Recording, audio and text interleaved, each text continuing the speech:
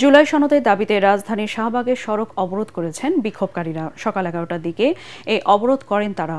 অবরোধের কারণে যান চলাচল বন্ধ হয়ে যায়। এতে ভোগান্তিতে পড়েছেন যাত্রীরা। বিক্ষোভকারীরা জানান, জুলাই যোদ্ধারা বিভিন্ন জায়গায় অপমানিত হচ্ছে। তাদের স্বাস্থ্য কার্ডের দরকার নেই, তাদের দরকার জুলাই সনদ। তারা জুলাই সনদ চান। এদিকে অবরোধকে কেন্দ্রে শাহবাগ মোড়ে বিপুল সংখ্যক আইন শৃঙ্খলা বাহিনী মোতায়েন করা হয়েছে।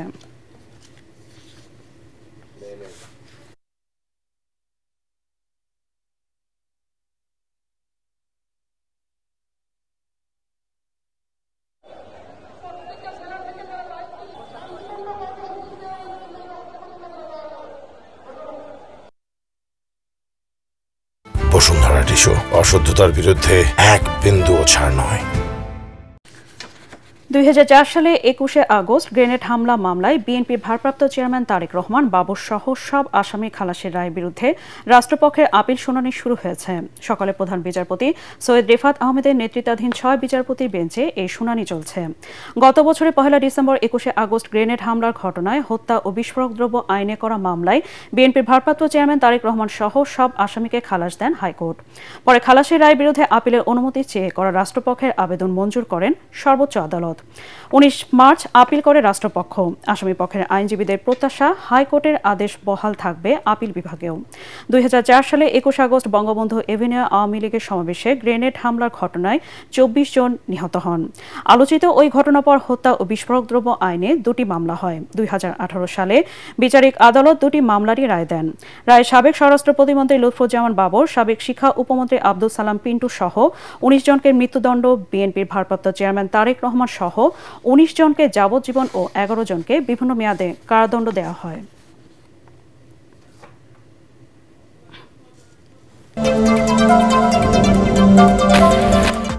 রাজধানীর পূর্বাঞ্চলে প্লট দুর্নীতির 3 মামলায় সাবেক প্রধানমন্ত্রী শেখ হাসিনা ও তার ছেলে সজীব ওয়াজেদ জয় এবং মেয়ে সাইমা ওয়াজেদ পুতুলের বিরুদ্ধে অভিযোগ গঠন করেছেন আদালত।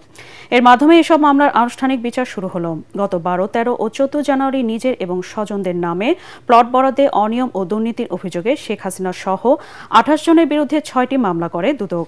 এরপর 25শে মার্চ তাদের বিরুদ্ধে অভিযোগপত্র দাখিল করে সংস্থাটি। অভিযোগপত্রে শেখ হাসিনা সহ 28 জনকে পলাতক দেখানো হয়। এসব মামলায় শেখ হাসিনা সহ অন্যদের বিরুদ্ধে অভিযোগ আমলে নিয়ে গত 13 ও 15 এপ্রিল গ্রেফতারি পরোয়ানা জারি করে আদালত।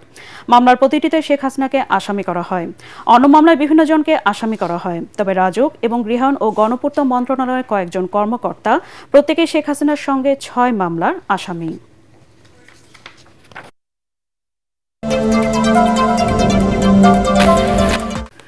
চূড়ান্ত জাতীয় সনদ আগামী 2-3 দিনের মধ্যে রাজনৈতিক দলগুলো পাবে বলে জানিয়েছেন জাতীয় ঐকমত্য কমিশনের সহসভাপতি ডাক্তার আলী রিয়াজ। রাজধানী ফরেন সার্ভিস একাডেমিতে 2য় পর্যায়ে 23তম দিনের আলোচনায় তিনি বলেন, আনুষ্ঠানিক অনানুষ্ঠানিক যোগাযোগের বাইরেও আলোচনার সুযোগ রয়েছে। দ্রুত সব দল জুলাই জাতীয় সনদে স্বাক্ষর করবে বলে আশা প্রকাশ করেন ডাক্তার আলী রিয়াজ। অধিকাংশ বিষয় হচ্ছে কমিশনের পক্ষ থেকে সিদ্ধান্ত দেওয়া হবে। সেই সিদ্ধান্তগুলোর ব্যাপারে আপনাদের যদি ভিন্ন মত থাকে, আপনারা আনুষ্ঠানিক এবং অনানুষ্ঠানিক যোগাযোগের বাইরেও পরবর্তী সময় যতটা সম্ভব দ্রুততার সঙ্গেই আমরা এই বিষয়গুলো আলোচনার জন্য আপনাদের সাথে আবার মিলিত হব। চূড়ান্ত খসড়াটা আমরা খুব শিগগিরই আপনাদের কাছে দেব, যেটাতে আপনারা স্বাক্ষর করবেন বলে আমরা আশা করছি। আপনারা আলোচনা করবেন বাস্তবায়নের প্রক্রিয়া কিভাবে এই সনদে অন্তর্ভুক্ত হবে। আর দ্বিতীয় সেটা হচ্ছে যে এর একটি স্বাক্ষর করা, সকলে মিলে এটার স্বীকৃতি হিসেবে স্বাক্ষর করা, যে আমরা একমত হয়েছি, সেটারও একটা পরিকল্পনা করা হবে। ফলে আমাদের দিক থেকে আজকে আমরা প্রতিশ্রুতিবদ্ধ যে আজকে এই বিষয়গুলো নিষ্পত্তি করেই আমরা এই পর্বের সমাপ্তি টানব। 2025 থেকে 26 অর্থবছরের প্রথম 6 মাসের জন্য আজ মুদ্রানীতি ঘোষণা করবে বাংলাদেশ ব্যাংক।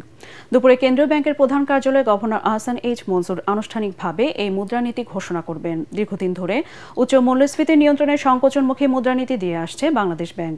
সবশেষ গত বছরের 27 অক্টোবর থেকে নীতি সুদহার আরোপ করা হয় 10%, যা এখনও বহাল আছে। এর প্রভাবে ব্যাংক ঋণের সুদহার উঠে আছে 15% পর্যন্ত। গত এক বছরের উদ্যোগে 1% ঘরে নেমেছে মূল্যস্ফীতির হার।